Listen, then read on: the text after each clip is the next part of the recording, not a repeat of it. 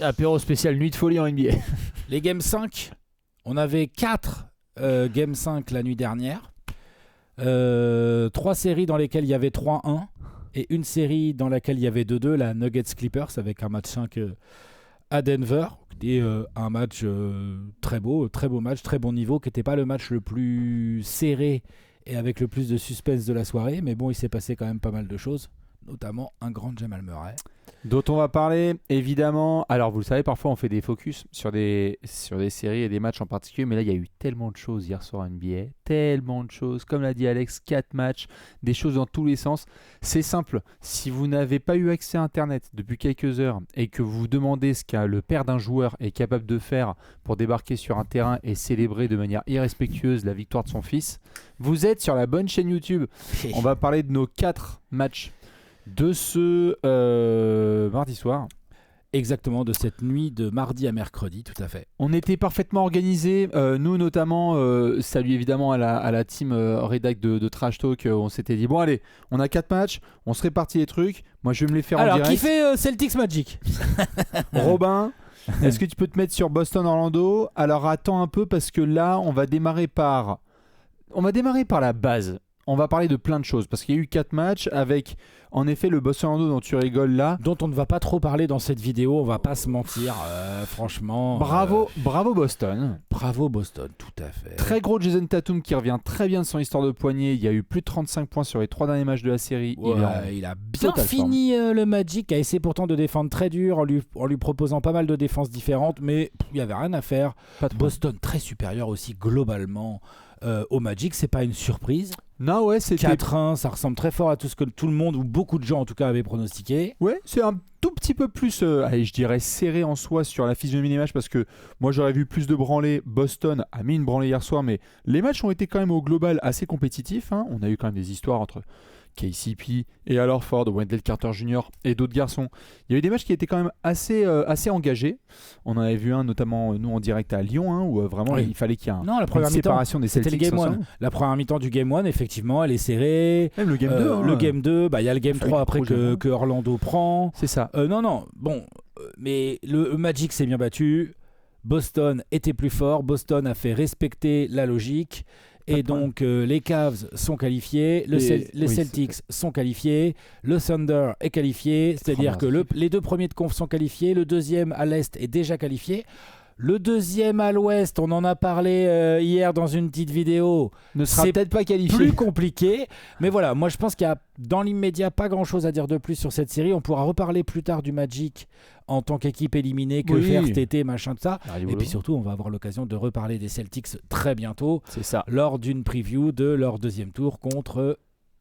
Les Knicks ou les Pistons? Voilà, mais on verra qui. C'est ça que je vais dire. On va parler de Knicks Pistons tout à fait dans quelques minutes. Donc, fan de Boston, tranquillou, vous pouvez faire autre chose ou juste vous régaler. Hop, je ferme l'onglet. Des takes absolument atroces. Je préviens, je suis extrêmement, je l'ai dit en rigolant à Nico Vrigno, je commence à être à la fois fatigué par les playoffs et donc lorsque je suis fatigué, je peux vite m'énerver. Et alors, ce qui s'est passé hier soir, il est possible que je me lâche dans cet apéro parce qu'on va démarrer avec Bucks Pacers. Avec ce match 5. Beau match, franchement. Qui est un super match. Il passe plein de trucs, mais beau match. Très très beau match, en effet. On va revenir sur la victoire d'Indiana et surtout la façon dont ils ont gagné. Mais Milwaukee démarre le match comme on ne pourrait que en rêver en tant que fan des Bucks. Ils mettent un blitz de 20 points à Indiana et tu es en train de calmer. Oui, on est à Indiana, je rappelle. Ils sont menés 3-1 et on est à Indiana, donc ça pue. Tout à fait. Ils envoient du sale, ça mène, là j'ai noté, au début du deuxième quart, ils sont à plus 18. Ouais, il y a plus 1 dans le premier quart. Ouais, donc non, franchement, c'est très bien. Et on va en reparler, et même plus tard, dans le money time du temps réglementaire, tu mènes 2 fois de 4 points, il y a genre 101,97 et plus tard il y a 103,99. Donc avec vraiment très peu de temps, autour de la minute 20 à jouer. Donc tu dois normalement être capable de finir. On va reparler des circonstances qui ont fait que tu t'es retrouvé en prolongation. Et puis après, tu mènes de 7 points à 40 secondes de la fin. De 7 points à 40 secondes de la fin. Il te reste un lancer pour AJ Green. Bon, il ne le met pas, donc ça reste à 7 points. Et après... Mais peut-être qu'on commence par le choke et on parle du match après, ou on parle du match et puis après on parle du choke? Franchement, Parce que le match en lui-même, franchement, je sais pas par où commencer. le match de Mahmoud de Yanis, inarrêtable. Yanis, c'est Des deux énorme. côtés du terrain. De toute façon, il fait une série de gros ports. Mais là, on peut pas Et dire. il se fait marteler. Hein. Ouais, il se prend des grosses fautes. Notamment, on pense tous à celle de Miles Turner. Là, il a même pas eu une flagrante. Hein, Il devait, pour moi, il y aurait pu avoir 2 à 3 flagrantes. Moi, j'ai une en sur tête des joueurs là, des de Pacers. grosse de Miles Turner qui aurait bien mérité sa flagrante. Mais bon. Ouais, et puis ça fait partie de toutes les controverses de ce début de playoff, de ce premier tour. C'est que Houston, Warriors, ça gueule des deux côtés, l'arbitrage, ça donne des coups, Butler qui retombe sur le cul, machin, tout ça, Draymond, enfin bref, tu vois, Amen Thompson là. Ensuite, on a eu Luguensdort, Ja Morant dans la série Thunder Grizzlies. Ensuite, on a eu le Magic qui tape, qui tabasse, qui fait du catch, qui fait pas du basket, et Jason Tatum, le poignet, machin et tout. Non mais c'est vrai, là, Ça joue intense. ça joue intense. Là, les Pacers, ça joue intense d'ailleurs. On n'a pas trop vu Yanis s'en plaindre officiellement. Ah non, il est extraordinaire. Il prend tout dans la gueule alors que Lillard vient de se blesser. Je pense quand même que. Il aurait pu, Et je pense surtout qu'il y avait. Je suis d'accord avec ce que tu disais avant. Il y avait moyen de mettre au moins une flagrante sur toutes ces actions-là. oui. Il y avait bien une flagrante à coller aux Pacers. Est-ce que ça aurait changé complètement le cours du match ? Moi, je pense pas. Je pense pas. Je pense que. Je pense que cette équipe de Milwaukee, c'est terrible ce que je vais dire. Il y avait un côté, genre, ils étaient destinés à choke. Bah, Tu vois ce que je c'est veux ça. dire, genre, c'est horrible, mais c'est. Bah, il y avait de ça. Hein. Malheureusement, tu te tapes la circonstance qu'on connaît avec l'annonce de la blessure de Lillard. Tu démarres trop bien le match. Moi, je suis devant en train de live tweeter ce truc où je me dis, putain, déjà AJ Green qui rentre banderie sur banderie, ça y va. Même Kevin Porter Jr., Dieu bénisse malheureusement sa présence. Il met quelques buckets, Bobby Portis aussi a pu aider. Tu te retrouves dans un match où, mais le sentiment moi que j'avais en direct avec les gens avec qui j'en parlais, c'est que Indiana a tendu la joue droite, la joue gauche, son cul et ses gencives, mais 20 fois. Milwaukee avait 20 opportunités de prendre ce match, de vraiment faire le truc qui était symboliquement le plus merveilleux pour les fans des Bucks, c'est on est mené dans la série, on est censé se taper une humiliation là à Indiana. C'est censé être un truc désastreux, mais non, il y a des vrais moments sur la fin de match et dans le temps réglementaire en progression où tu te dis, putain mais ils vont rentrer à Milwaukee force un Game 6 et quel que soit le résultat de la série, ça va être une magnifique win pour les Bucks parce que c'est aller en terrain hostile derrière un Yanis monumental, 30 points, 20 rebonds, 13 passes. Monumental. Des deux côtés du terrain. Ça baisse pour les yeux, ça joue. Ça chouine pas, il se prend des coups dans les genoux, il boite, il en revient donne aussi, et hein. tout. Mais oui, tout à fait, mais le leadership monumental de Yanis, il y a des N1 clutch et tout. Non, mais Milwaukee pouvait prendre ce match plusieurs fois, et dans le réglementaire, et en overtime, puisque après, c'est Gary Trent Jr. qui commence à être fuego total. Il rentre des banderies à 3 points, mais on écrit tous en majuscule, parce que Gary Trent, tu l'as dit en off, on a parlé, il fait une Lillard. Il fait le match que les Bucks attendaient de Lillard. Il fait une Lillard. Avec en plus de la défense assez bonne par séquence. Hein. Gary Trent, absolument. Enfin, il n'est pas non plus connu pour sa défense. Non, mais... Ou j'ai raté quelque chose. Alors, il est arrivé en NBA en tant que 3&D formé à Duke qui était capable de... Le D, on l'a pas toujours vu. Et le D, on l'a pas toujours vu. Mais c'est pour ça que je dis Gary Trent. Pardon, Gary Trent devient le sidekick de Yanis dans un elimination game où ils doivent revenir. Donc c'est voilà. Et puis bon effectivement c'est un enchaînement de choses. Ils n'ont pas été capables de finir le boulot dans le temps réglementaire. Donc c'est parti en prolongation. C'est d'ailleurs Tyrese Haliburton qui ne fait pas un match offensif, en tout cas au shoot, à si fou que ça, de loin. Il en a beaucoup raté. Il y en a qui ont été pris un peu trop vite, du pull-up et tout. Enfin, c'est pas forcément ouf. Mais ce que j'ai beaucoup aimé dans son match vraiment, c'est qu'on va dire il a été clutch et tout, mais il a été clutch parce que dans le clutch, dans les moments où son équipe avait vraiment besoin d'un panier, il a pris ses responsabilités en faisant les bons choix et les choix agressifs. C'est un drive hyper propre avec une très bonne lecture qui permet aux Pacers d'égaliser à 103 partout pour aller en prolongation. Tout à fait. Et c'est un drive qui permet aux Pacers avec un N1 qui permet aux Pacers de revenir à -1 dans les prolongations parce que Nembhard avait mis un immense 3 depuis loin derrière la ligne et tout, donc il y avait encore 4 points d'écart. Et là, il y a perte de balle, Gary Trent Jr., balle à Haliburton, il prend conscience de tout le monde, où est-ce qu'ils sont placés, il fait ce qu'il faut. il s'infiltre et il va au cercle, il subit la faute, il marque quand même pas évident à marquer, hein. Celui à le N1. Et pour la gagne, c'est un drive sur Yanis. Sur Yanis, hein. Il le crosse et il va au cercle. Bon, zéro protection derrière et tout, on peut en parler pendant 10 ans, mais en attendant, il fait le bon choix. Il n'a pas settle, il n'a pas pull-up un 3 points ou quoi, il n'y avait qu'un point d'écart, excellente lecture, bonne lecture du chrono. Ouais. Non, justement, Tyrese a été trop clutch, agressif, que des bons choix. Ouais, tout à fait. Voilà. Surtout que on peut pas en dire autant de son père. Tout à fait. On va y venir justement sur John, hein, je crois, c'est John Haliburton.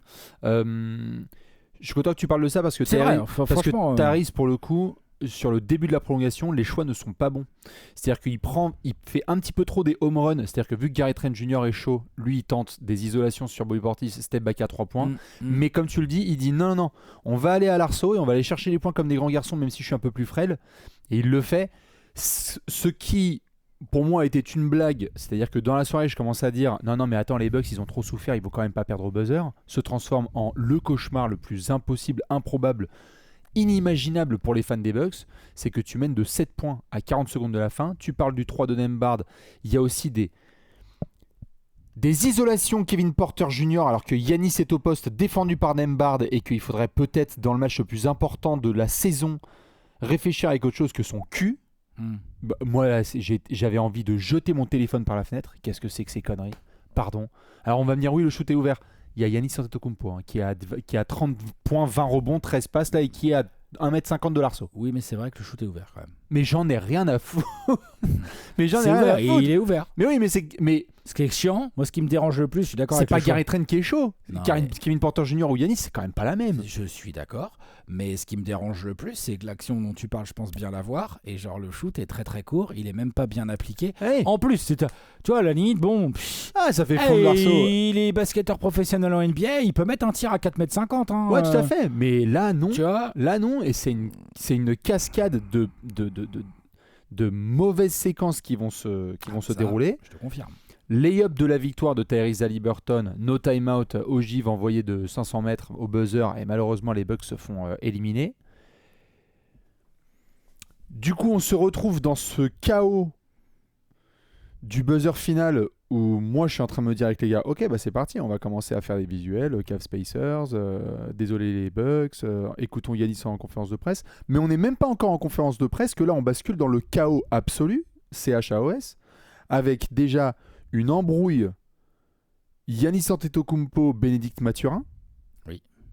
Où ça se chope, faut que les joueurs soient séparés et tout. Ça, c'est un peu trash talk. Genre, tu sens que vraiment les deux équipes ne s'entendent pas. Ouais. Jusqu'au point même de pas se dire bravo, bonne série, félicitations. Genre, ça se charrie même en sortie 2. Ça me va, moi, ça me dérange pas. Ok, pourquoi pas, moi aussi. Mais après, le daron de Tyrese. Oui, ça me dérange. Mais les deux équipes qui peuvent pas se piffrer et qui n'ont pas envie de se serrer la main. Oh, c'est peut-être pas les valeurs du sport, tout ça, je comprends. Mais bon, on est dans l'instant, on est dans l'émotion. T'as une équipe qui vient de se qualifier, qui trash talk, et t'as une équipe qui vient de perdre avec un gros choc bien horrible, qui doit avoir un somme bien profond. Je pense qu'on est tous capables de comprendre à ce moment-là l'animosité qui règne. On est tous capables de la comprendre. Entre les joueurs, je veux dire. Que les joueurs des Bucks aient pas envie d'aller faire des mamours aux mecs des Clippers, c'est-à-dire bonne chance pour le tour suivant, des mecs des Pacers, pardon, bonne chance pour le tour suivant et tout, à ce moment-là, je comprends. Franchement, on va dire quoi? Quand même, attendez l'autre joue. Non, je comprends moi. Non, pas attendez l'autre joue, mais. Non, mais je veux dire, tu vois, genre ça va. Moi, je comprends qu'ils aient pas envie. Mais ça, moi aussi, pas de problème. À ce moment-là, après, on verra. D'ailleurs, la conférence de presse de post-match de Giannis, c'est très noble. Hein. Magnifique, on va en parler tout à fait. Mais moi, c'est pas tant. C'est pas tant les Bucks.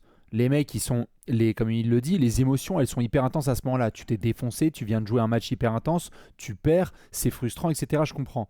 Mais alors, il y a certaines choses qu'il faut aussi dire. C'est côté Indiana. Qu'est-ce qui s'est passé pour que du coup Giannis réagisse comme ça vis-à-vis de Bénédicte Mathurin? C'est qu'il y a quelque chose qui a été dit. Oui, bien sûr qu'il y a quelque chose qui a été dit. Et bien sûr que ça marche dans les deux sens.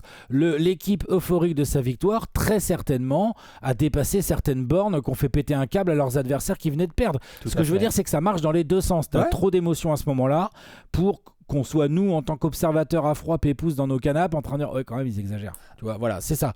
Par contre le papa, À une exception papa, près, ça c'est pas admissible. c'est que sur le parquet, sauf si t'es un arbitre, un média, un photographe, tout ce que mais tu ça, veux, c'est pas etc. admissible.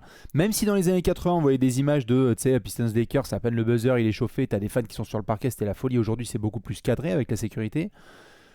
Un membre de famille de joueurs qui rentre sur le parquet et qui commence à flex devant la gueule de l'adversaire, et en plus à moitié devant la gueule, c'est-à-dire qu'il se met un petit peu à distance mais proche en mode poète camembert. Franchement, la honte. C'est une catastrophe. Franchement, la honte. C'est une catastrophe C'est la en termes gênance. d'image pour la famille Haliburton, honnêtement. On va pas se Exactement. mentir. Après, moi, que les proches de la famille rentrent sur le parquet, ça arrive tout le temps. Il vient féliciter son fils, à la limite, je m'en fous. Ah mais moi, c'est plus là, c'est si l'attitude. quoi, il va faire. Du C'est coup, l'attitude. d'ailleurs, non.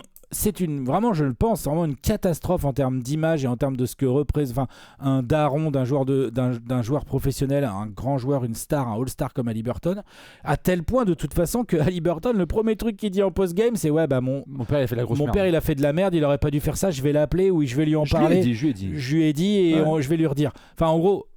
Et pourtant, Haliburton, c'est pas le dernier à chambrer, machin et tout, c'est pas le sujet en fait. Ouais. C'est juste que. Et d'ailleurs, le daron, derrière, il a débarqué sur les réseaux sociaux, il a dit ah, je suis désolé. Il s'est excusé. Non, mais attends, c'est déjà pas si mal. Il s'est excusé, il a reconnu qu'il avait fait de la merde lui aussi dans l'instant, sous le coup de l'émotion. Heureusement que son fils est venu le remettre à l'heure. Voilà, mais. Je le mets pas dans la même catégorie que les joueurs, je trouve ça absolument inadmissible ce qu'il a fait. En revanche, je pense qu'il faut vite passer à autre chose et que c'est pas si grave. C'est ça que je veux dire. Non, c'est pas grave, c'est juste que là on C'est en juste parle une- parce que c'est le truc dont tout le monde parle bah aujourd'hui. oui, mais On tout le fait monde un parle apéro. de ça, mais on oublie de bien détailler comment les Pacers ils ont bien fumé Mais les Bucks sur toute la série aussi. On va y venir tout à fait. Ça, le daron d'Haliburton, il y est pour rien lui. Ah, mais tout à fait, on va y venir. Juste, c'est rarissime de voir un joueur star finir une série avec du front contre front. Donc on est obligé d'en parler. C'est-à-dire qu'une star Front qui contre perd front avec le daron d'un front contre front adversaire. avec le daron d'un adversaire. Tu sais que cette image, Ouais, on va pas bien l'avoir. sûr, C'est pour ça que je parle bien de sûr, chaos bien total. sûr, bien sûr, Donc bien on est sûr. obligé d'en parler. Moi j'ai trouvé, pour mettre un point d'exclamation sur ça, et en effet après on va retourner sur le parquet, c'est-à-dire le parquet quand ça joue, hein, pas une fois qu'il y a le buzzer et qu'on fait poète.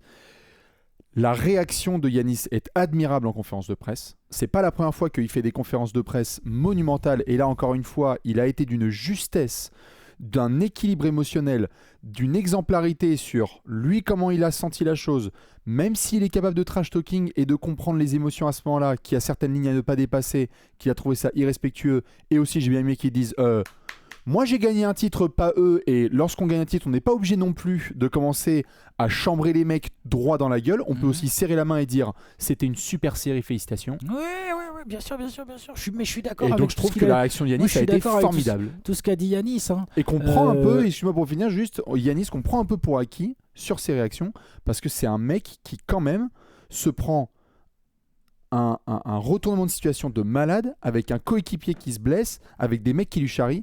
Il aurait pu péter un câble et dévisser la tête de un ou deux mecs, il s'est plutôt retenu. Et je trouve que c'est aussi important de louer Giannis dans son attitude. Voilà. Ouais, tout à fait. Et puis, même par rapport aux journalistes qui, tout de suite, à chaud, alors disaient alors, est-ce que c'est la fin pour vous avec Milwaukee et tout ça, machin.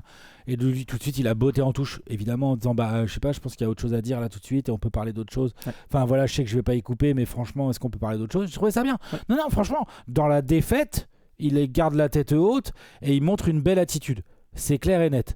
Je veux bien voir si jamais la défaite arrive un jour côté Pacers, comment ils réagiront. En tout cas, il faudra vraisemblablement pas suivre l'exemple du daron d'Haliburton. Tout à fait. Voilà. Ceci étant Mais dit, ouais. on se retrouve, Alex, dans une situation où Milwaukee donc sort. C'était une franchise, on va en parler évidemment en long tout l'été parce que c'est un feuilleton qui va nous suivre. On était sur une franchise qui avait été championne en 2021. Ouais, Si je dis pas de 2021. bêtises. Ouais. 2021, qui a eu une succession à la fois de choix internes, notamment sur des coachs. On s'en souvient de la série perdue face à Miami, Ouais. Ben Holzer qui se fait virer, Ouais. Adrian Griffin, puis Doc Rivers Doc Rivers. en C'est intérimaire, Ouais, c'est tout. et qui est ensuite devenu coach principal. La façon dont cette saison s'est passée, tu es au point culminant autour de décembre avec la victoire in-season tournament, tout va bien, le groupe, on a trouvé des solutions, et tu finis comme ça avec blessure tendon d'Achille de Damian Lillard à 35 ans. Faut qu'on en parle Et de puis- ça parce que c'est quand même terrible. On va pas mettre un clou sur la carrière de Giannis aux Bucks, mais là il faut qu'on parle de la situation de Ce qui Milwaukee. est terrible pour les Bucks, c'est que après le titre de 2021, Ils ont essayé de re-rider le Holiday Middleton et tout. Ils ont eu vraiment des gros problèmes de santé côté Middleton. Ensuite, ils ont eu des premiers tours de playoff perdus parce que ils ont quand même eu pas Giannis 2 fois. Ouais, et ils se prennent tout à fait. Et ils se prennent un Grant Williams Game 7 qui arrive dans l'histoire de l'humanité en demi-finale contre Boston. Mais Voilà, ils auraient pu gagner cette ils auraient pu être là, tout à fait. Donc voilà. série de Giannis. Donc des choses comme ça. Entre-temps, le management a pris des décisions fortes. Ça a lâché Jrue Holiday pour aller chercher Lillard, pour amener un autre type de meneur autour de Giannis, pour du demi-terrain plus offensif, machin, puisque Middleton n'arrivait plus à le faire. Enfin bref, le management, on n'aime pas. Ils ont pris des risques. On parlait avec Miami. On en parlait avec Miami. Ils ont pris des risques, ils ont essayé, sauf que... Alors ça n'a pas marché, hein, factuel. Ça n'a pas marché. Mais ça n'a pas marché pour une raison principale, et c'est là que ça devient triste, c'est que en fait, on n'a pas eu le Lillard-Giannis en forme en même temps pour jouer des séries de playoffs. On ne l'a pas eu. Non. Et donc, ça va laisser un goût amer, c'est sûr. What if? C'est probablement terminé. Probablement, je dis pas qu'Giannis va se casser ou quoi, mais je veux bien voir de Lillard comment il revient. Je rappelle qu'il a 35 ans, qu'il est là, le tendon d'Achille, c'est quoi, la saison prochaine, elle est foutue pour lui Déjà, quasiment. oui. Tu vois, donc il va revenir au basket au mieux, il aura 36 ans. Donc, 27. Pour moi, c'est déjà un truc derrière nous, ça, malheureusement. On va voir après pour l'avenir de Giannis, mais c'est ça aussi le sport de haut niveau, c'est ça aussi la NBA, ça va très vite. Ils ont fait des coups, ils ont tenté des coups, ça n'a pas payé du tout. Du tout. Ouais. Je veux dire, ça fait combien de saisons ça fait qu'ils passent pas le premier tour de playoff? Milwaukee, ça fait 3 fois là. Je te dis, hein, ils étaient contre en 2022. Pour moi, ils se font sortir par Grant Williams en... C'est en demi ça. En demi. Ouais, mais après, 2023, 2024, 2025... Jimmy Butler, 2024 Giannis blessé. Indiana, 2025 Indiana. Ouais. Donc ça fait 3 années de suite que cette équipe qui peut être considérée à peu de choses près comme calibrée pour le titre en début de saison ne passe pas le premier tour de playoff. Et qui est un des 4 meilleurs joueurs de la planète. Et voilà. Donc c'est dur, on va voir comment ils vont rebondir. Ce qui est sûr, c'est que les Pacers, eux, ont fait une très belle série. Ils ont exploité les faiblesses de Milwaukee. Ouais, la meilleure équipe a gagné. Hein, exactement. Ils ont joué leur jeu. On l'a encore vu la nuit dernière. Hein. Ils ont profité d'un choke parce que la marque est bien répartie, parce que Nembhard revient fort. Il est suffisamment en confiance pour prendre ce tir à 3 points de fou furieux. Ouais. On n'a pas un très gros Siakam, mais on a... Il est quand même bien... Il est solide, mais il n'est pas extraordinaire. Mais il est solide sur la série. Ouais. Ah, sur la série, je te parle d'hier soir, moi. Ah oui, non, hier soir, non, Siakam pas. Non. Hier soir, ah oui, non, sur la série, hier soir, il score quoi? Non, Siakam, il n'est pas dominant. Non, du tout. Ah, toi, Turner est meilleur. Et voilà, c'est ça. Turner, Nembhard, super match d'Aaron Nesmith. Oui, et puis t'as toujours le TJ McConnell game. Ouais, puis attends, super match d'Aaron Nesmith. Il fait partie des role players dont on parle pas assez, lui. Hein. Lui, il fait partie des vrais role-players dont on parle pas du tout assez. Il fait un taf. En plus, quand il est dans des soirs comme ça où il rentre un peu les tirs, putain, il se bat au rebond. Il est sur les lignes de passe. Il peut emmerder Giannis, mais il peut aussi essayer de se mettre devant des joueurs un peu plus petits. Franchement, voilà. Donc, les Pacers ont fait parler leur profondeur, ont fait parler un niveau de talent beaucoup plus équilibré que côté Bucks. Un meilleur coaching aussi. Meilleur coaching, bon, ça de toute façon. Oui, d'accord, mais on va le redire encore. Meilleur coaching de Rivers. C'est fait out-coach pour moi. On arrive. Juste pour finir sur Indiana, Tyrese Haliburton, qui il y a 3 semaines était en tête du sondage des joueurs les plus surcotés selon ses pairs, nous envoie une belle première série de playoffs, je trouve. Ça va. En termes de distribution et de finish. Il a fait le taf. Et là, surtout, il a été très clutch quand il fallait. Il était très clutch quand il fallait. Ça fait un bien fou. Et il a un ratio distribution, mettre ses coéquipiers en avant, perte de balle qui est somptueux là sur le premier tour. Somptueux en général, hein, c'est une de ses forces. Tout à fait. Mais là, il y a quoi? Il y a 13 passes de moyenne sur le premier tour d'œuvre. Regarde, si t'as peut-être les chiffres. Ouais, je peux te trouver ça tout de suite. Tyrese, là. Pif paf pouf. 18 points, 12 passes. Il a perdu 11 ballons. En 5 matchs. Il a fait 58 passes décisives. Il a perdu 11 ballons. Donc c'est un rapport de 1 à 5. C'est quand même assez énorme. Magnifique. Avec la pression qu'il y avait. Indiana impeccable. On va en reparler sur la preview face aux Cavs Strat de faire cette série. Il faut quand même qu'on ait en effet quelques minutes. Tu le disais là sur notre ami Doc Rivers parce qu'on se retrouve devant ce bis repetita. Moi je dis que j'en avais plein le cul de faire des apéros sur lui en disant on attend qu'il y ait un petit peu plus de staff pour Eric Spoelstra, que ça aille bien, l'attaque sera-t-elle meilleure. On a encore une fois eu des soucis. Alors, pas de chance, hein.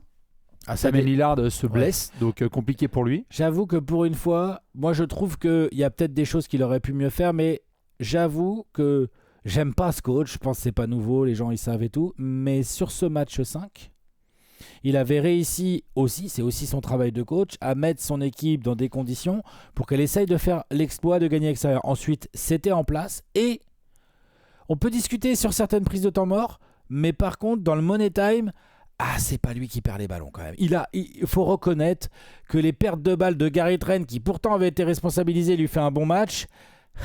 C'est pas Qu'est-ce lui. que tu veux que je te dise? C'est pas lui, en effet. Ça, non mais tu vois ce que je veux dire. C'est pas lui qui Le est sur le choc terrain. est quand même celui des joueurs là, je trouve. Et c'est les joueurs en effet qui n'ont pas fait le travail. Ceci étant dit, si les joueurs ne sont pas prêts lorsqu'il est question de presser certains joueurs au shoot ou faire attention sur les pénétrations, enfin bref, à la fin, là, moi je me souviens qu'il y avait des copains des Bucks qui disaient tu sens qu'il y a certains joueurs qui sont un peu exténués parce qu'il y a prolongation et qu'ils ont tout donné dans ce match. Quand ça arrive une fois, bon. Quand ça arrive plusieurs fois, on va peut-être commencer à se poser des questions. Quand ça devient un gimmick dans la planète basket, Bien sûr. il y a un moment où il faut Non, appeler mais un chat bien un chat. sûr, je suis Et d'accord. donc, statistiquement, c'est comme ça. On peut dire que c'est un mauvais alignement de planète, mais peut-être que sur les 40 dernières années, il n'y a eu que 19 équipes qui ont déjà perdu des matchs en menant de 7 points en play-off à 40 secondes de la fin. 17 de ces équipes sont coachées par Doc Rivers. Voilà, ça, ce sont des chiffres, malheureusement. Ça, c'est des vrais chiffres que Ce tu sont dis des vrais chiffres que je balance. violence, On va putain. pouvoir en parler, mais je crois qu'il y a quelqu'un avait fait un rapport que je vous ressortirai sur les équipes qui mènent de 7 points à 40 secondes de la fin d'un match de play-off, combien perdent, combien gagnent. Il y a eu 19 instances de défaite, il y en a 17 qui sont coachées par Doc Rivers. Putain. Alors, C'est chaud. ça peut être un hasard total, ou ça peut être aussi des situations dans lesquelles en fait, les joueurs Ils ne vont savent pas le forcément virer, faire. tu penses, Milwaukee? J'ai une mauvaise Non, mais réponse c'est pour une question. toi. Vas-y, mauvaise réponse, ouais. Enfin, j'ai une réponse, désolé, j'ai une réponse, mais je pensais pas te dire ça. Je pensais pas que John Horst allait être prolongé. Ah, moi non plus. Tu vois, donc contre Kems. Ouais, j'avoue.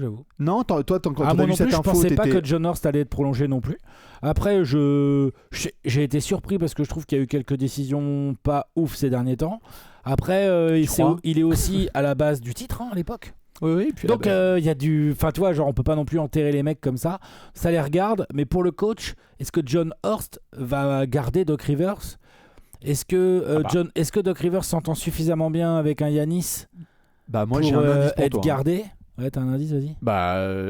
Magnifique conférence de presse de Giannis Antetokounmpo, comme on l'a dit en sortie de défaite. Il en a lâché une bonne minute 30 sur à quel point il adore humainement Doc Rivers et qu'il se sent bien avec lui. Bon bah voilà, t'as Vu la situation contractuelle de T'as Giannis, déjà ta réponse. on est d'accord. Hein. Je veux dire, John Horst ne va pas prendre le risque d'entendre Giannis dire ça et de dire alors Giannis, juste j'ai une toute petite nouvelle. Au fait, juste je te mets un petit SMS, je te mets un petit vocal. Est-ce que tu connais Darvin Ham? Ouais. Non mais oui, bien sûr, ok, j'avais pas ce pan-là de la conférence de presse de Giannis. Bon, après ça veut peut-être ne rien dire. Ça mais je veut sais pas ce que peut-être t'en rien dire, penses, et puis ça se trouve que Giannis il a dit ça, et puis de toute façon on va voir comment ça va s'enfiler, mais dans 4 semaines il demande son trade, donc peut se passer beaucoup de choses. Tu penses? Je sais pas, alors Ouais, je te demande pense, à chaud. Hein. je ne sais pas, mais vu comment il avait l'air vénère, vu comment ça se vient de mal se finir, vu je peux pas croire qu'il soit content de Kyle Kuzma ou des récents trades ou de gars comme ça, je peux pas croire ça. Donc c'est sûr, il a une affection particulière, une histoire incroyable avec Milwaukee. Mais quand il y a le WhatsApp de Giannis qui va s'allumer avec le petit message de Sean Marks, ou le message de Houston, je sais pas trop, je sais pas quelle équipe, mais il y a des équipes qui vont venir le titiller. Comment? Les Nets, comme tu disais. Ah bah Sean Marks, c'est sûr, le SMS il est déjà, Le Thunder. le SMS est déjà dans le téléphone de Giannis. Bien sûr, bien sûr. C'est gros. T'as vu tous les pics, t'as vu tous les assets que j'ai amassés. Donc ce qu'on va faire, c'est que je vais te mettre des vétérans qui défendent. Tu vas venir. Et dans 2 ans, on joue le titre parce que je t'aurais associé une putain d'énorme star. Et tu voulais New York? Et ben là, t'es à New York, tu pourras casser la gueule aux Knicks régulièrement. Voilà. Je lui souhaite, beau projet. Non mais. Mais tu parlais de Kuzma là, à l'instant. Bon, bah voilà, je mets les stats. Kuzma. 6 points, 34% Oh, au le tir, 20% salaud. à 3 points. On Oh, n'était le même pas là dans certains moments chauds parce que en attaque et en défense, c'est de la merde absolue. Voilà. Et ça, moi j'aime bien John Horst, mais il y a un moment, c'est le choix qui a été fait aussi, à moitié financier, mais de se récupérer quand même Kuzma en 3e branche. Là-dessus, le doc, au moins, bon, il a subi, on lui met le joueur dans les pattes, il l'a essayé, mais genre, j'étais en train de vérifier, c'est quand même un temps de jeu pas si haut que ça, qui a été donné à Kyle Kuzma sur cette série. C'est le 1, 2, 3, 4, 5. C'est le 7e temps de jeu. Donc au moins, le doc, il a tranché. Il a pas forcé trop Kuzma. Non, mais voilà. Mais oui, non, Kuzma, c'est sûr que là-dessus, John Horst, bon, fallait peut-être se débarrasser du contrat de Middleton. Mais dis donc, attention, parce que derrière, il va falloir convaincre.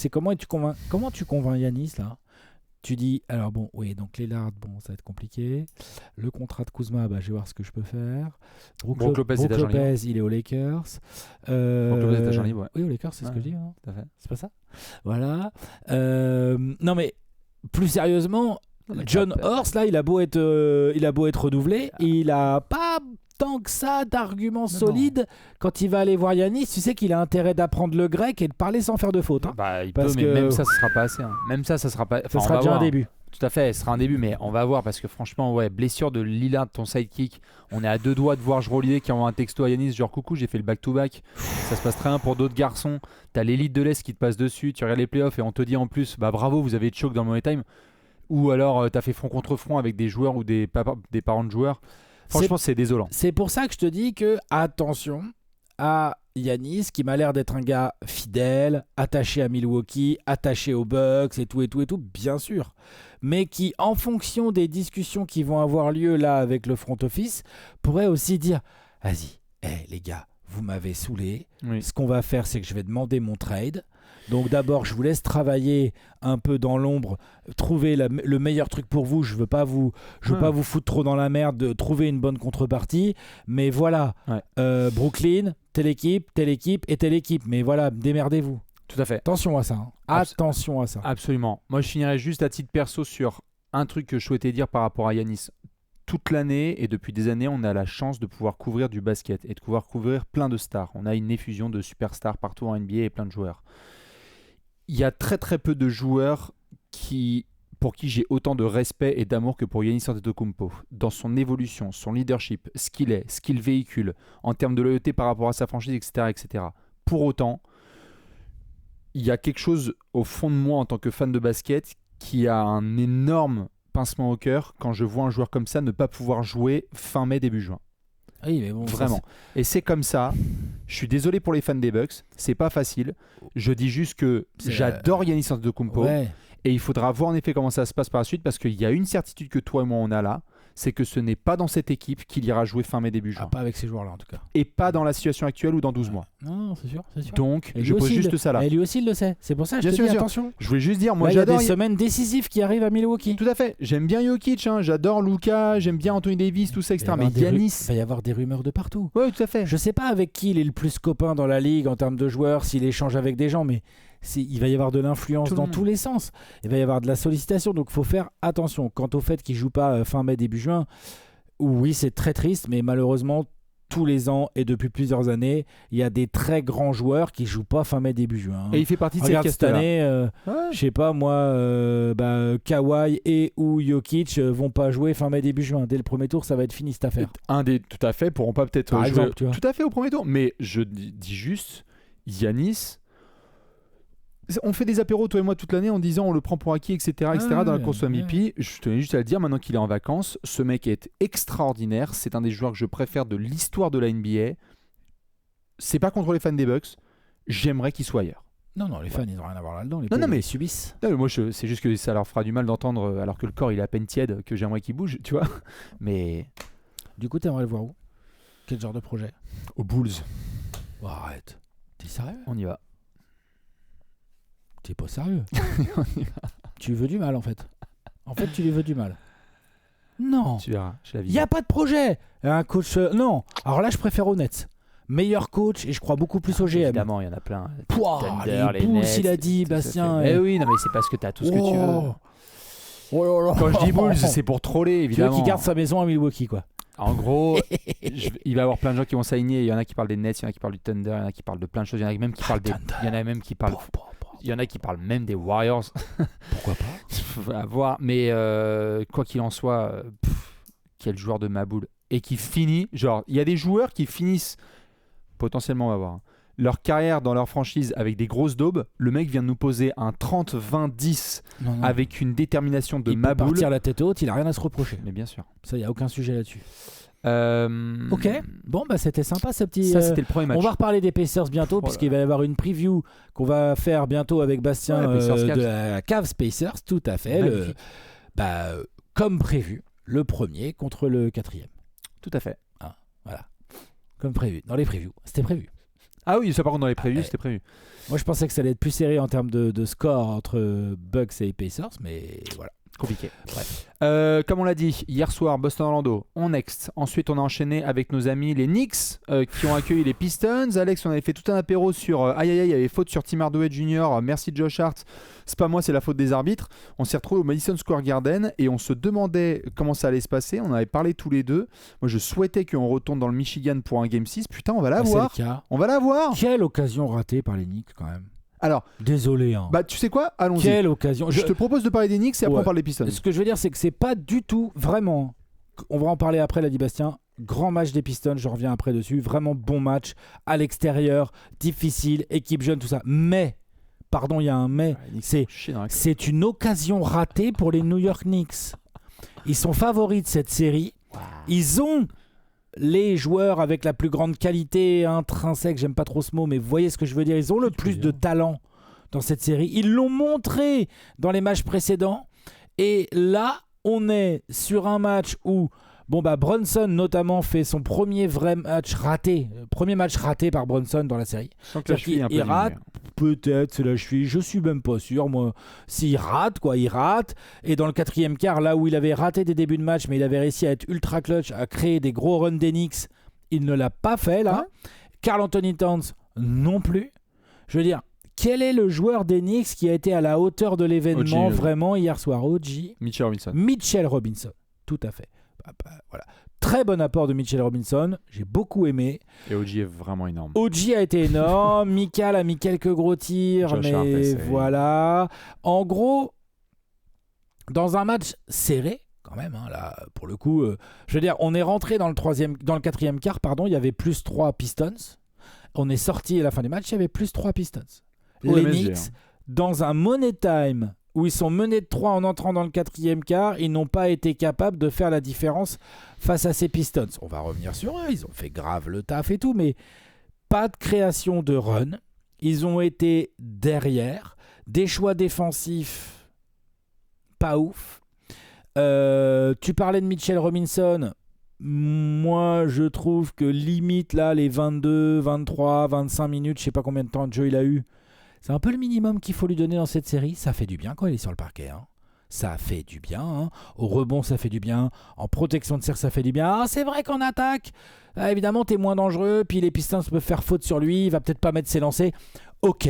T'as du rebond off comme jamais t'en auras ailleurs. Et puis t'as du combat. Il a pris 5 rebonds offensifs dans le premier quart. Et puis attends, les drives des Pistons, c'est pas les mêmes quand il y a Mitchell Robinson sur le terrain. C'est parce que tu parlais d'attaque. Et d'attaque, ça crée de la seconde chance. Donc en gros, moi je trouve très positif des deux côtés du terrain Mitchell Robinson en fait. Et là, il l'a utilisé, mais tu le sens qu'il l'utilise un peu trop en mode il a des fautes Karl Anthony Towns ou des trucs comme ça. Enfin, j'aime pas trop. Je pense qu'il y a moyen d'embêter plus ces Pistons tactiquement, monsieur Tom Thibodeau.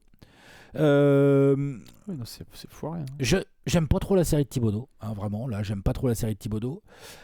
J'aime pas trop. Je pense qu'il est en partie responsable de ces Knicks qui, là, dans ce match 5, n'ont pas été capables. C'est pas que lui. Sur ce match, oui. Sur ce match, quand même.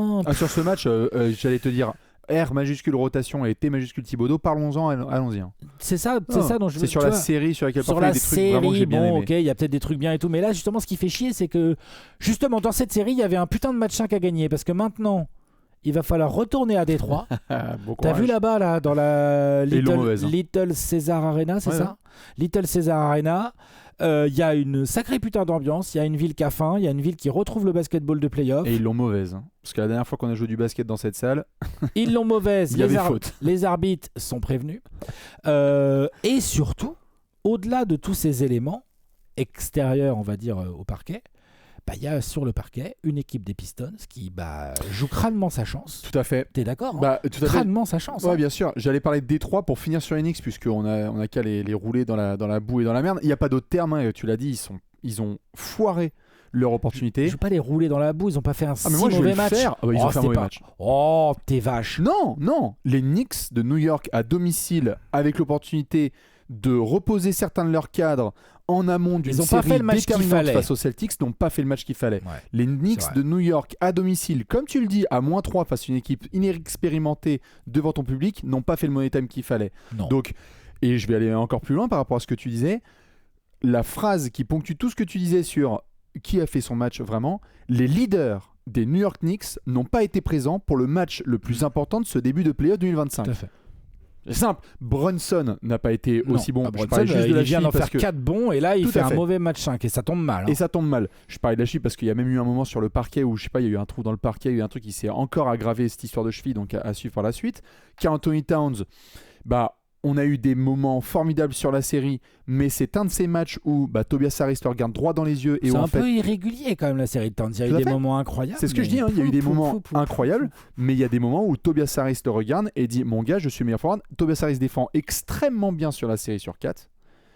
Et en plus, répond d'ailleurs offensivement, soit des 3 dans le corner, soit des petits mid-range. Vraiment un super match de Tobias dans la combativité, en plus parce qu'il se prend la main de Jalen Duren dans la gueule, il perd un œil et tout, enfin c'est dur. Et puis surtout, c'est ça, tu viens de dire le mot de Jalen Duren, c'est-à-dire que le fait que Tobias soit capable de regarder droit dans les yeux régulièrement comme ça Karl Anthony Towns, ça met en avant le schéma tactique mis en place par les Pistons qui consiste à avoir Jalen Duren pas forcément si souvent que ça sur Karl Anthony Towns et on voit que Jalen Duren il a bien compris le rôle qui lui est demandé, il fait une bonne série Jalen tout à Duren. fait. Hein.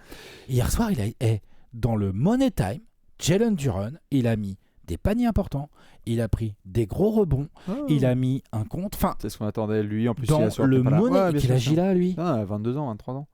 Oh oui, au maximum. Moi je trouve, c'est peut-être dur ce que je vais dire et les fans de Knicks peut-être vont mal le prendre, mais je sais que certains le pensent très très fortement et j'ai hâte d'avoir ta réaction Alex. Je trouve que... Il a 21 ans Jalen Duren, Bastien. Tu te rends compte ? Magnifique. Je trouve que le match d'hier soir est, de manière un petit peu symbolique de cette série, montre la faible marge que peuvent avoir les New York Knicks face à une équipe solide et complète et que c'est une prévision, on va en reparler par la suite, d'une série s'ils gagnent face aux Celtics Ils y sont pas où encore. il va hein. falloir se préparer parce que le reality check peut faire très mal. Non, attends. On est d'accord. Ouais, il faut se préparer, mais moi je dis, là, faut arrêter tout ça. Là. Les Knicks doivent surtout se préparer pour le Game 6. Là. Non, tout à fait. Je Non, disais... mais pas contre toi, mais d'une manière générale, dans le discours, oui, les Celtics vont les tabasser, faut déjà passer les Detroit Pistons. C'est-à-dire que là, d'abord, il faut aller prendre un Game 6 peut-être à Détroit. Bien Et si sûr. tu prends pas le Game 6 à Détroit, tu vas devoir jouer un Game 7 chez toi. Et là, les Pistons, ils t'ont bien fait comprendre. Hein, Ouais. ils vont venir chez toi pour jouer, pour Tout à fait. gagner. Je trouve que la marge est faible parce que tu as eu des elle est très... même quasi inexistante. Tu as eu des très gros Brunson games et certains énormes shoots de Karl Anthony Towns et il y a 3-1, mais on s'est regardé, on a fait une vidéo, on a fait il pourrait y avoir 2-2. Non, hein. on les a Il exactement. pourrait y avoir 2-2. Tout à fait. Là, le soir où ça ne va pas pour tes deux meilleurs joueurs offensifs, Caca Prout à domicile. Désolé, caca culotte. Là, le match d'hier. C'est pas Denver où ils ont réveillé la bête en face. C'est des gamins. Il y a, alors, ok, il y a Schroeder, il y a Tobias, il y a des gars qui ont connu... Cunningham qui est ultra clutch et tout, Tout bien à fait, sûr. mais c'est des mecs qui Mais connaissent les playoffs depuis 2 semaines. Ils doivent les faire. Ils doivent les terminer. Donc les Knicks, caca, culotte, direction Détroit pour essayer de finir la série là-bas. Ah, il faut. Spoiler, Moi, c'est triste, mais je leur souhaite pas un Game 7. je leur... À qui ? Aux Knicks, je leur souhaite pas ce Game 7 à la maison. Mais moi je leur souhaite. Je leur souhaite. Moi, j'ai l'impression qu'ils peuvent. Mais moi je leur souhaite ils parce peuvent qu'on va avoir le les jambes commenter. qui tremblent. Parce qu'on va le commenter Oui, s'il y a un ça, Game c'est un 7. Game 7 à la maison, mais j'ai peur qu'on voit des Knicks avec les jambes qui tremblent, moi. Ben, souhaitons-le. Non mais je veux te dire, tu vois, qui est cette équipe vraiment ? On va regarder, on va se dire genre, en fait les Knicks ont du mal à sortir ces Pistons et on va en parler maintenant des Pistons, mais juste c'est samedi soir pour les gens qui ne le savent pas s'il y a un Game 7 entre Knicks et Pistons. Oui. D'abord, c'est Donc, un jeudi Game 6 soir, dans la nuit de jeudi à vendredi. Game 6, tout à fait. Moi je te pose la question, on retourne à New York ou ils finissent le travail là-bas ? Réserve ton samedi soir, Alex. Moi, je pensais qu'il finirait la nuit dernière. Moi, je pensais vraiment que là, le mini coup du sort d'arbitrage, ou en tout cas les 2 grosses victoires acquises quand même à bien l'extérieur. comme il faut à l'extérieur, pour moi, était le signe de ok, ouais, quand même, les Knicks, peut-être ils nous convainquent pas à fond, mais ils sont quand même allés faire le boulot à Détroit. Et voilà qu'ils nous pondent ce match 5. Vraiment pas le match qu'il fallait. Non, moi je pense qu'il y a un Game 7. Hein. Moi je pense que c'est tout à fait envisageable un Game 7. Vraiment. Samedi soir. Vraiment. J'aurais jamais cru pouvoir dire ça en début de série. Vraiment, je pensais pas du tout. Je voyais les Knicks certainement un peu trop beaux, probable. Et 2, vraiment, les Pistons, bien. Cade, il a été clutch. Vraiment, j'ai parlé du match de Jalen Duren. Ouais. Moi, j'ai été vraiment séduit par le match de ce jeune joueur pivot auquel on met des oppositions pas si évidentes parce que quand Tobias Harris est en train de défendre sur Karl Anthony Towns, lui, il faut qu'il soit en safety et en même temps, il doit être pas trop loin du corner parce que OG Anunoby ou Michael Bridges, avoir, tu vois. Puis dans le périmètre défendre Duren, c'est compliqué, donc il pas essaie de s'en évident. sortir. Au rebond, très présent. En protection de cercle, très présent. Au combat, à la bataille, non, il fait une belle série. Et même, je vais te dire, il y a plusieurs fois où il fait des choix de pas, je suis là genre, bien. Ouais. Vraiment, Jalen Duren sur le en passing attaque game. là, super, en short super. roll quand on le fout dans des situations un peu merdiques. Ouais. Bah en fait, il trouve, hein. C'est bien. Hein. Détroit fait un super match. Bravo, on a démoli les Knicks, on va s'occuper des Pistons. En effet, super match. Ça parlait de Jalen Duren. Très très bon match référence pour Osar Thompson, qui se retrouve dans un match bien. tendu, compliqué, où il faut sauver la saison. Et à la fois, il est en pression défensive sur certains moments sur Jalen Brunson, où tu vois qu'il a la taille, la mobilité et les qualités athlétiques pour vraiment le saouler. Et en plus, dunker spot, il est en bas Osar Thompson et il a eu quoi 3, 4, 5 dunks tout seul, où il est vraiment... Ne te complique pas le jeu, juste pose-toi là où tout le monde va t'oublier. Pose-toi où tout le monde va t'oublier, mais genre, ça arrive une fois, déjà c'est énervant. Mais là, c'est arrivé combien de fois dans le match hier à la défense des Knicks Non, il en a bien profité, mais bravo à lui, parce que vraiment, il a été bon. Schroeder, quelle acquisition vraiment à la deadline. Il a été clutch, il y a un gros panier clutch là. Il a encore été énorme. Et puis, des petites minutes parfois, parce que ça se joue à ce genre de marge, c'est-à-dire Paul Reed encore, il se défonce bien sur la série. Bien. Puisque Isaiah Stewart est blessé. Pas de craquage dans le Money Time. Kate Cunningham qui montre. Il y a 2 garçons dont je voulais parler avec toi et avoir ton avis. Il y en a surtout 2 là sur ces playoffs qui découvrent en tant que stars les phases finales. C'est Alperen Sengun et Kate Cunningham. Je crois que c'est bien bon. les deux. Je crois que c'est bon. C'est propre. On est d'accord. Je suis d'accord. Et Cade là, Cade pas son meilleur match de la série. Non mais tellement. Mais par contre, serein. quand il a fallu foutre, combien de points il met dans le 4e quart lui 10 9, 10, 12, ouais, 9, au entre moins 9 et 10. 12, un truc comme ça, une dizaine. Ouais, et dont 2 flotteurs un peu lay-up là, tout en touché et tout, très compliqué à gérer pour la défense et tout. Super match de Cade et surtout super money time au moment où son équipe en avait besoin. Lui, il découvre les playoffs, il n'y a pas de problème. Ouais, il est là, il arrive. C'est un playoff gamer. Ouais, c'est toutes ces jeunes stars là qui débarquent et puis qui disent hey, regardez-moi, mais il n'y a pas de problème en playoff en fait. Je joue, je peux taper des grosses équipes. Je dis ça parce que c'est la draft combien, Kate Cunningham, 2021 2022 22 peut-être 21 22, 21 Attends, dit 21. Ouais, t'as peut-être raison. Et peut-être, Attends. Hop là, 2021. Premier pick. C'est qui le deuxième choix? First pick, 2e pick, Jalen Green, 3e pick, Evan Mobley, 4e pick, Scotty Barnes. C'est pas contre les Rockets, hein, c'est juste qu'on a des jeunes stars en effet qui débarquent en playoff, chacun sa façon de découvrir les playoffs. De toute façon, ça peut pas être contre les Rockets. Non, je disais juste. Ils ont pick après. Tout à fait, mais ce que je veux dire par là, c'est que 2 jeunes stars découvrent les playoffs. Cade en playoff, absolument aucun problème, et on le voit très bien, même quand il est pas avec le bon seed, pas avec l'avantage du terrain, et dans une situation quand même compliquée. T'es mené 3-1, tu vas mettre ce score. C'est pas la même opposition en face quand même. Oui, mais quand même. On se retrouve dans une situation. Mais je suis d'accord. Et je veux pas dire que Jalen Green, non. Moi non plus. C'est pas du tout ce que je dis. Il a fait un game 2, c'est juste que. Non, mais il fait pas la série qu'il faut. Il fait pas la série qu'il faut. Il y en a un qui fait la série qu'il faut pour le moment. C'est Kate Cunningham. Je sais qu'il y a de la miosité entre les deux. Soyons honnêtes et précisons que c'est pas du tout la même opposition. Je préfère jouer. Je préfère attaquer sur les Knicks que sur les Warriors, quand même. Oui. Quand même. Oui. Il y a plus de laxisme, il y a plus de moments où tu peux profiter. D'ailleurs, Kate Cunningham, et c'est là que lui en revient tout le mérite, c'est que l'autre, il connaît pas encore les playoffs, mais par contre, il sait déjà. Il sait déjà ce qu'il faut faire dans les moments où il faut le faire. C'est ça que je dis. Hein.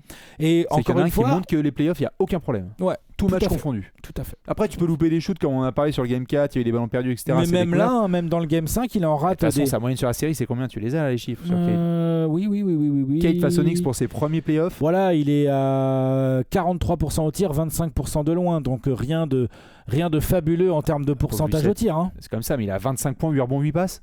Ouais, environ, ouais. Premièrement, et puis deuxièmement, hier soir, Je vais vous sortir la stat tout de suite. La nuit dernière, donc il est qu'à 6 sur 17 au tir pour 24 points. Et il y a quand même 5 pertes de balles. Donc si tu analyses ça comme ça, tu dis ok. Ah oui, parce que Sauf que c'est le moteur offensif de Détroit aussi. Et quatrième quart, 13 points, 4 rebonds, 2 passes d'ess et une seule perte de balles. Et là, il y a 100% à 3 points, 50% au tir. Donc sur ces 24 points, il y en a 13 dans le quatrième quart. Non. Et ceux-là, ils font mal au Knicks. Hein. Ouais, tout à fait. Détroit a réussi son pari, c'est-à-dire qu'il fallait rentrer à la maison et ramener à ce public la possibilité de nous offrir jeudi soir une ambiance. Regardez le match, s'il vous plaît. Je crois que c'est à 1h30. Le Pistons Knicks Game 6, là. Ça peut être sympa. Alex, on a dit en tout cas Game 7 à New York samedi soir. Si c'est le cas, on vous tient au courant, mais il y a peut-être une chaîne YouTube qui pourrait le commenter en direct. Ah bah oui, si c'est le cas, c'est franchement... En fonction d'horaire, etc. Ouais, bref, on verra. Là. Il y a une autre équipe qui est en train de réussir son pari. Ouais, et il y a une équipe, même quand son leader fait pas forcément son meilleur match, par contre, il y a le supporting cast qui fait le travail. Cadeau pour les Knicks. On enchaîne sur Nuggets Clippers. Là, il faut bien préciser, pour une fois que son leader fait pas le travail, fait pas le travail. Ne fait pas le travail. Bah oui, je veux dire, mais fait pas... ça rentrait pas. C'est ça, parce qu'il y a de la passe, il y a du rebond. Hein. Oui, mais c'est le pire match de Jokic de sa saison depuis et des longtemps. 24 derniers mois. Ouais, voilà, c'est ça. À peu près. Nuggets Clippers, on finit Pendant évidemment avec que ce match. Zubac en met des tonnes et des tonnes. Hein. Zubac, il fait un gros match hier. Offensif. Ouais, offensif. Ouais. Oh bah, on va en parler en détail. Nuggets Clippers, victoire de Denver. Le Jamal Murray game pour ton plus grand plaisir. Bah écoute, moi... Énorme Jamal Murray. Ah ouais. On sait qu'il est capable de faire ce genre de match. Hein. Bah, ça tombe au bon moment. Ouais. D'ailleurs, il faisait pas du tout sa meilleure série de playoffs et tout, mais il faisait pas non plus une mauvaise série. Ah, c'était de loin le moins critiquable. Dans le Game 1, par exemple, qu'on a vu ensemble au Grand Rex et tout, il avait été bon avec des gros tirs dans les bons moments et tout. Là, c'est vrai qu'hier soir, dans un soir où Jokic a un mal fou à scorer et rate des choses qu'il rate pas d'habitude, l'autre, il rentre tout. Il met tout. Il est prolifique. La défense des Clippers prend la sauce. Ils ont essayé tout un tas de couvertures. Parce que la défense des Clippers, c'est pas... Attention. Dont ne rien faire. Mais était la spécialité des Clippers hier soir. C'est-à-dire dont ne rien faire. Alors, on va en parler, mais j'ai trouvé les Clippers nuls à chier hier. Ok. J'ai été abasourdi. Vas-y, raconte. J'ai été abasourdi. Je veux bien que si les fans des Clippers sont pas d'accord, me disent leur avis. J'ai été complètement halluciné par l'approche des Clippers sur ce match. En quel sens ? Intensité. Moi, franchement, j'ai l'impression qu'il y a quelqu'un qui a chié dans la gourde des joueurs des Clippers et qu'ils étaient tous KO. Okay. Niveau d'intensité, il y a peut-être un joueur et demi qui a joué à fond. Ils n'ont pas mis ce qu'il fallait. C'était soit Ivica et un petit coup de chaud de Bogdan Bogdanovic parce qu'il s'est embrouillé avec Westbrook. Là, pour le coup, les leaders, on peut le dire. Mais nul. Mais et ça va au-delà des box scores, c'est-à-dire que bon. Mais bien sûr. Non, ça va bien au-delà de ça. Mais ouais, ils étaient pas dedans. Ils se sont fait manger en termes d'intensité. Les Nuggets, eux, ils étaient graves dedans. Bien sûr. Ils se sont fait... On va rendre en effet hommage aux Nuggets, mais si je peux me permettre, je vais démarrer avec les Clippers parce que ça me démange cette connerie. Je veux bien ton avis. Il y a les stats, ok, mais dès le début du match, tu te prends des rebonds offensifs sur la gueule par Christian Brown. Il y a des placements défensifs qui sont atroces. Il y a des 4 contre 1 de Norman Powell alors que ses coéquipiers sont même pas placés qui pull up à 3 points. Approche 0. Et c'est d'ailleurs très surprenant parce qu'on a une équipe de vétérans, on l'a déjà dit suffisamment. Exactement. Les Clippers, ça connaît Harden, Kawhi, Batum, même Zubac, il commence à avoir un peu d'expérience, Powell et compagnie. C'est vrai qu'il n'y en avait pas un pour rattraper l'autre à ce niveau-là. Qu'il n'y en avait pas. 50-50 balls, les Nuggets ont été tout le temps dedans et en avance. Lorsqu'il fallait se défoncer sur certains hustle plays, ils étaient là. Russell Westbrook apporte plus d'énergie que la plupart des mecs qui étaient sur le terrain. J'ai trouvé, on a loué beaucoup d'ailleurs. C'est Chris Dunn le seul qui tient vraiment son rang. Et encore, puisqu'au début du match, pour une raison que j'ai pas forcément, il y a eu des rotations et des changements, mais il y avait aussi des petits soucis à ce niveau-là, et donc Jamal Murray prend feu quand il commence à pas y avoir Chris Dunn sur lui. Oui, mais ça, c'est pas de la faute de Chris Dunn. Non, c'est pas de la faute de Chris Dunn, il est pas là sur le parquet. Ah oui, mais donc ça, c'est à Tyrone nous qu'il faut poser la question. Tout à fait. Le mec qui tient un peu plus le rythme, ou qui est un peu plus à son niveau, tu le sors. C'est quoi? C'est pour respecter un plan de rotation? C'est pour quoi faire? Non, mais tout à fait. Jamal Murray est en feu et on le continue à le laisser Chris. Enfin, tu vois, genre. Tout à fait. J'avoue que j'ai un peu de mal à suivre ça. Il reste 3 secondes sur une horloge de quart-temps et on laisse Christian Brown shooter ouvert de 8 mètres parce qu'il va peut-être pas le mettre. Presse-le. Bah ouais. presse-le. Conteste un minimum. Conteste un minimum. De toute façon, c'est d'accord. simple. Ils se sont pris quasi 80 points en première mi-temps et ils en prennent combien 131 sur le match. Fais voir en première mi-temps, ils en prennent 67. Ils prennent 67. Les Clippers de Los Angeles. Ils prennent 64 en deuxième. Hein. C'est quasiment pareil. Hein. Ils ont pris Les Clippers, dont on a loué la défense absolument là depuis des semaines. Après, le truc, c'est surtout leur premier quart qui est complètement foiré. Ah oui, c'est pas la première fois. Hein. Non, tout à fait. Mais tu as raison d'insister sur le côté intensité et tout. On a l'impression, en tout cas sur ce match, que les Clippers, et on sait que c'est pas vraiment le cas, mais du coup c'est assez inexplicable, mais on a l'impression qu'ils sont pas préparés pour ce genre de match, alors que si, ils sont forcément préparés pour ce genre de match. Ils en parlent forcément. Je le redis, la plupart des joueurs de cet effectif ont déjà vécu ce genre de match. Déjà vécu des matchs où genre t'es à 2-2 dans une série de playoffs. Je peux te dire que Harden, Kawhi, Bogdanovic, Nico. Batum, enfin tu vois, même Chris Dunn et Powell, faudra regarder leur carrière en détail. Faudra regarder, Ben Simmons, faudra regarder leur carrière en détail à ces mecs-là, mais ils en ont sûrement déjà vécu. Donc, c'est pas normal. Je n'ai pas compris. J'ai pas compris. Je vous supplie de vous faire le replay de ce match et me dire que ce n'est pas un match de saison régulière pour les Clippers. J'étais Pas dedans. choqué par, de base, le niveau d'application et d'intensité d'une équipe qui vient de se faire battre au buzzer sur un putback et qui doit essayer de reprendre l'avantage du terrain. Alors, est-ce qu'ils avaient un petit coup derrière la tête ? Ils ont eu du mal à le digérer ? Je sais pas, je cherche des explications. Tout à fait. Ce qui m'étonne, c'est que, comme tu l'as très bien dit, c'est pas des lapros de 5 semaines. Non, mais on est tous pareils. T'as beau avoir de l'expérience, les émotions, parfois elles te comment on dit, elles t'ensevelissent. Enfin, vous m'avez compris. Enfin, tu vois, tu arrives pas à le digérer tes émotions, même si t'as de l'expérience et tout. Tu prends dans la gueule un truc et t'as du mal à t'y faire. Absolument. Malheureusement, j'en viens à un point et ce sera peut-être un peu trop ciblé parce que je préférais commencer par le collectif Clippers avant de cibler. Mais j'ai eu le regret de discuter avec toi de la preview de ce Game 5 et de t'annoncer qu'il y aura un James Harden game. Je l'ai eu. C'était pas celui-là. Si, je l'ai eu. Enfin, oui, dans mais le mauvais c'était pas sens. le bon. Voilà, c'est ça. Oui. Alors, il fait pas le boulot. Il fait pas le boulot et les Clippers ont besoin de lui. Encore que dans ce match-là, c'est pas pour défendre Harden, je m'en fous. Je suis d'accord, il a pas fait du tout le match qu'il fallait. Mais dans ce match-là, le vrai sujet, c'est celui que tu as mis sur la table au début. Bien C'est sûr. que d'où la défense des Clippers prend 130 points dans un match 5 à 2-2. Au-delà de Harden, de ce que tu veux. D'où ? Ce n'est pas possible. Alors en plus de ça, ils ont Harden qui est pas dedans, il prend même pas 10 tirs, il en rentre très peu, il est pas agressif, il est pas inspiré, c'est une catastrophe. En plus, parce qu'ils en mettent quand même 115, hein, donc ils essayent de tenir un peu dans le match, même après leur premier quart foiré, quoi. Tu vois, ils essayent. Mais le vrai sujet, c'est d'où tu mets si peu d'intensité, parce que ok, Jamal Murray était en feu, mais Bastien, tu viens de le dire, Christian Brown, il n'y a pas assez de contest, il y a plusieurs trucs aussi, plusieurs phases où Jamal Murray est déjà en feu et pour autant on continue à faire des choix un peu chelous défensivement sur un mec pareil qui est l'un des mecs streaky par excellence, c'est-à-dire quand il commence à être en feu, attention, il va... Donc là, faut modifier tes plans, faut essayer de couper le truc, il n'y a pas eu vraiment ça de fait. Et donc c'est comme ça que tu ne peux pas battre les Nuggets à ce jeu-là si t'es les Clippers. Tu peux, pour moi, tout match à partir des 110-115, franchement, il est pour les Nuggets. Exactement. Et moi, c'est pour ça que j'ai trop notes. Ils attaquent trop bien les Nuggets pour les Clippers. Exactement. On en parlait dans la dernière vidéo. On discutait du fait que le plafond offensif des Clippers est nettement plus bas par rapport à celui de Denver et que donc si Denver commence à entrer dans un match chaud, c'est pas possible, même avec une excellente défense, de pouvoir tenir en termes de get buckets. Ouais. Les Clippers ne tiendront pas à ce jeu. Moi, j'ai trop de trucs qui doivent sortir parce que ce match m'a rendu fou. On va parler après positivement de Denver. Qui est capable de mettre plus de 5 € sur le pronostic suivant. Score final 131-115. Les Clippers se sont fait battre de 16 points alors que Nikola Jokic a mis 13 pions. C'est impossible. C'est impossible. Deuxième chose, sur James Harden. Sur les 2 derniers matchs, James Harden, il a autant de paniers marqués que de balles perdues.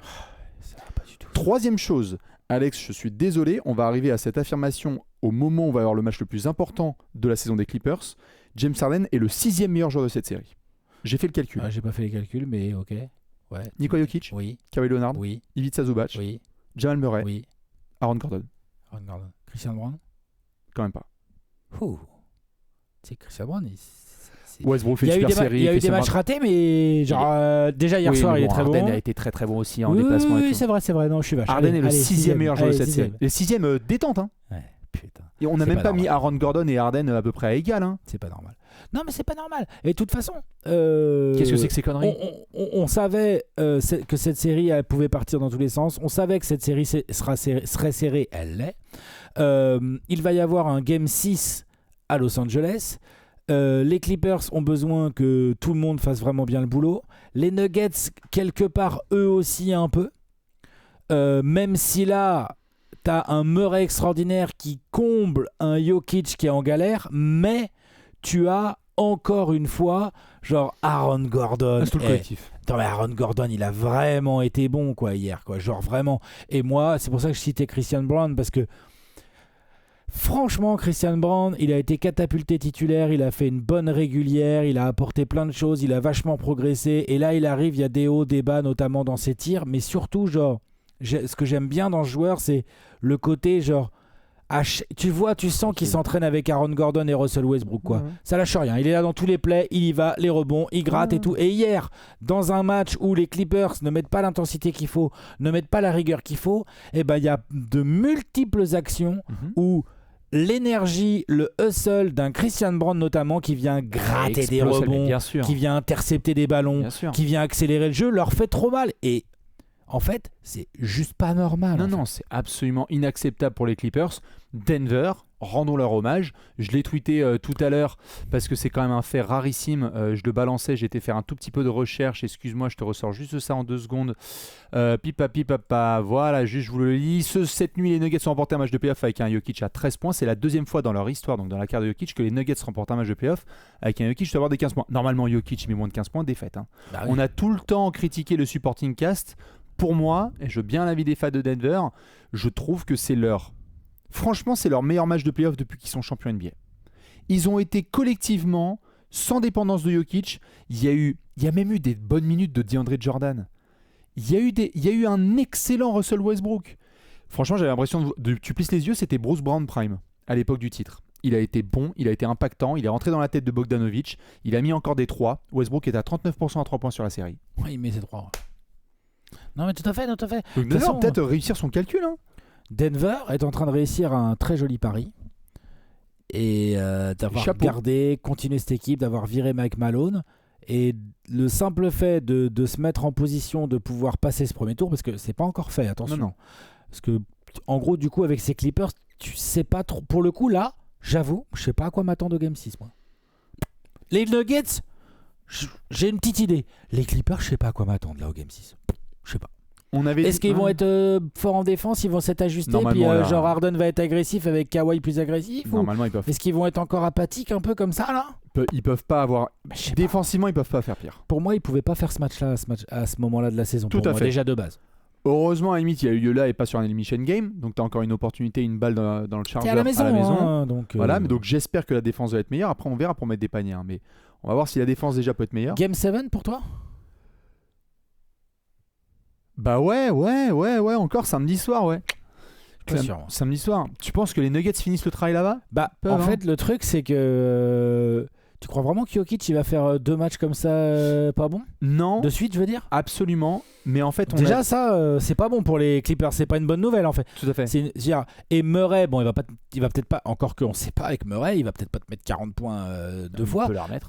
Par contre, 1, il peut le refaire. 2, il peut juste être un peu moins bon avec un meilleur Jokic et en fait le résultat est un peu le même pour les Clippers.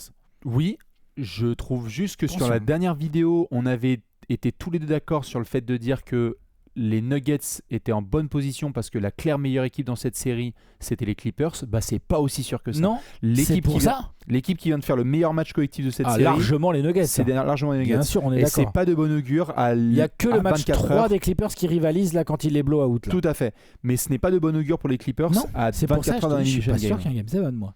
Si, allez. Moi, tu vois, j'avais pronostiqué, regarde, tu vois, c'est pour ça que c'est intéressant, les pronostics, c'est intéressant et en même temps pas intéressant. Mais j'avais pronostiqué avant la série, j'avais dit 4-2, je crois. Enfin, en tout cas, j'avais dit Clippers. Mais je crois que j'avais dit 4-2, c'est comme ça finissait à la maison. Oui. Donc là, évidemment, il n'y aura pas 4 de Clippers. Voilà. Je pense que même Brandon Jennings, je crois que tu as mis 4-3, toi. Je pense que même Brandon Jennings est capable de savoir qu'il n'y aura pas 4 de Clippers, là. Mais je suis même prêt, après ce match 4 et ce match 5, c'est pas que le match 5.